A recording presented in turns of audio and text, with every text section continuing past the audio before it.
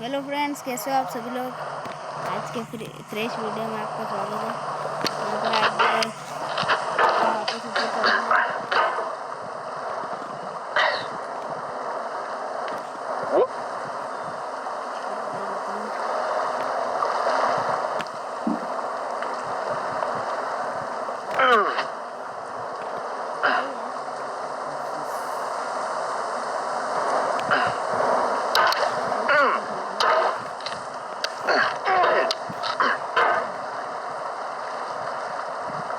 There's no feeling more intense than starting over. If you deleted your homework the day before it was due, as I have, or if you left your wallet at home and you have to go back after spending an hour in the commute. If you won some money at the casino and then put all your winnings on red but it came up black. If you got your best shirt dry cleaned before a wedding and then immediately dropped food on it. If you won an argument with a friend and then later discovered that they just returned to their original view. Starting over is harder than starting up. If you're not ready for that, like if you've already had a bad day, then what you're about to go through might be too much. Feel free to go away and come back. I'll be here. Alright, thanks for coming with me on this trip. I'll understand if you have to take a break at any point. Just find a safe place to stop and quit the game. And don't worry, I'll save your progress, always, even your mistakes.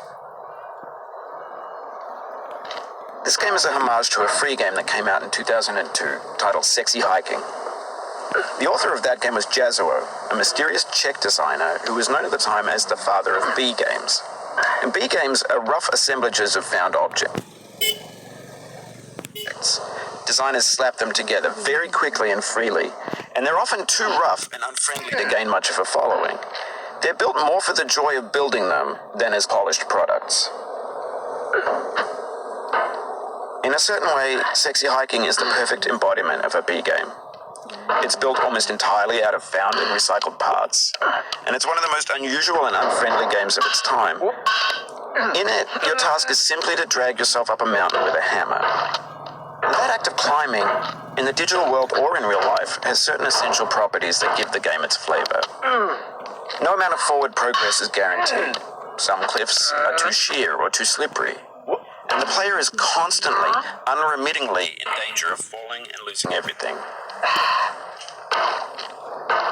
Anyway, when you start Sexy Hiking, you're standing next to this dead tree that blocks the way to the entire rest of the game.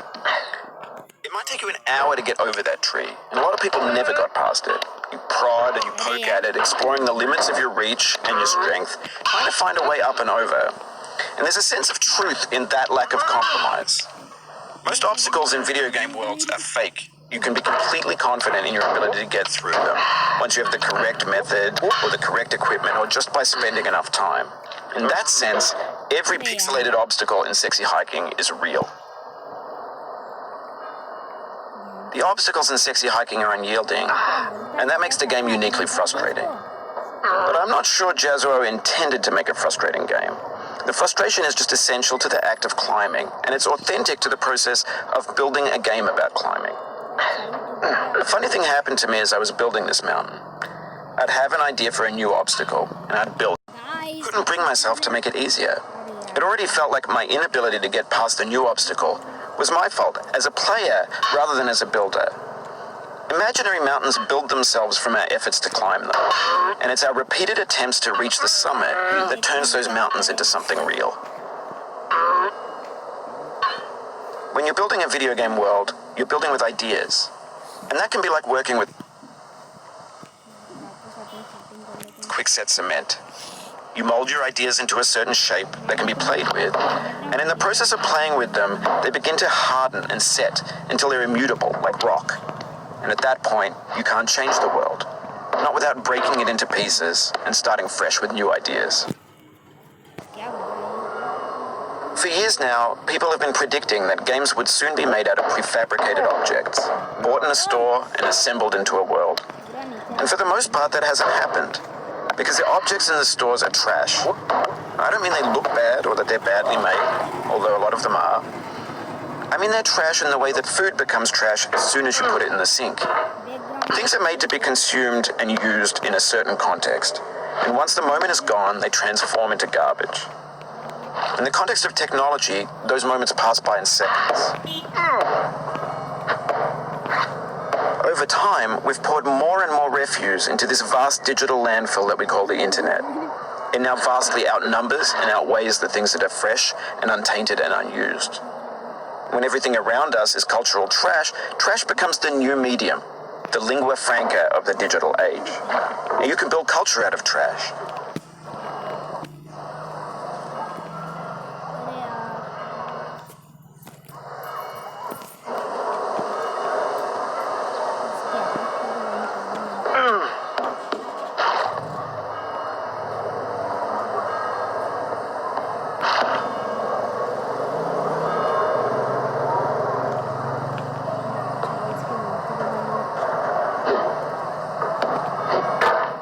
अरे यार थोड़ा सा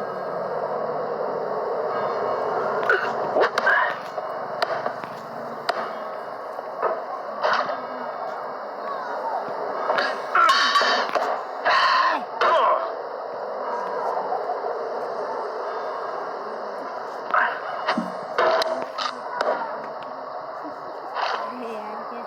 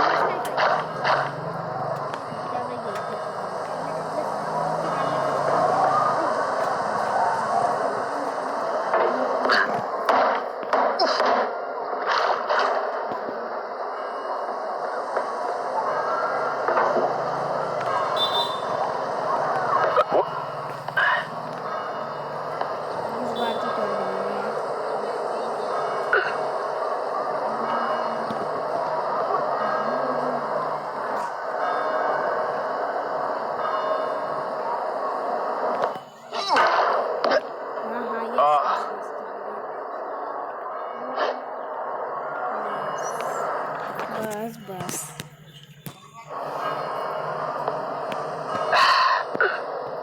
बस बस बस मैं सामान डाल दूँगी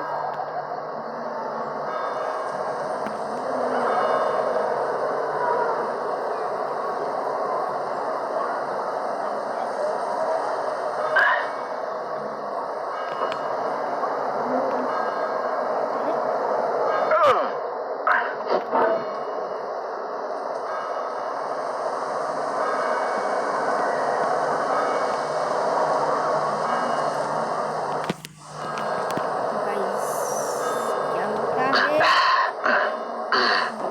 बच गया गाइस